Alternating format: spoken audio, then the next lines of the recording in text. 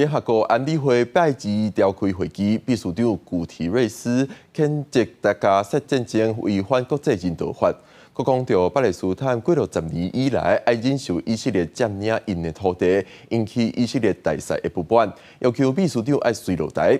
目前加沙地区欠物资也欠电，真济病院拢无法度正常运作，但民营即阵也传出真济囡仔破病咯。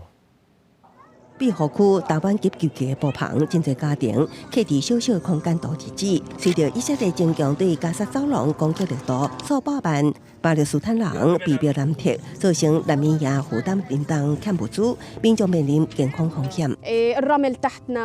الأولاد كله أمراض صرنا اللي بكح اللي بيسعل اللي ساخن بالليل 病院情况也不乐观，大量互空袭受伤的人拥挤。伫加沙地区，互以军断水断电，医护人员只会当用手机光源照射，才有法度进行急救。这样凄惨引起各界批评，真侪西方国家拢呼吁人道停火。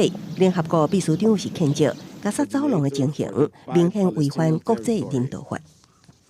Let me be clear: no party to an armed conflict is above international humanitarian law.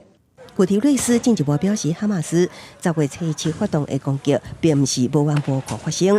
自从过去56年，巴勒斯坦人忍受袂当喘气息的占领。虽然这款不满袂当作为哈马斯的攻击理由，也毋过巴勒斯坦人也无应该受到集体处罚。也毋过这段言论却点到以色列的落火。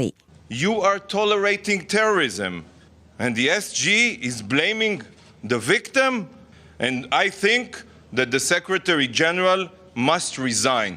以色列官方宣布已经做好地面战准备，一旦政府下令就会进攻。另外一方面，各方让和平主义伊朗的行动，伊朗方认为长期资助哈马斯。美国国务卿利时警告，虽然目前无意甲伊朗交战，那美国人员受到伊朗也是其他代理国家攻击，美国会采取反击行动。那伊朗是好真涉及哈马斯的行动，更加批评美国甲以色列同谋，造成冲突恶化。其他阿拉伯国家也呼吁这场17天的冲突需要随停火。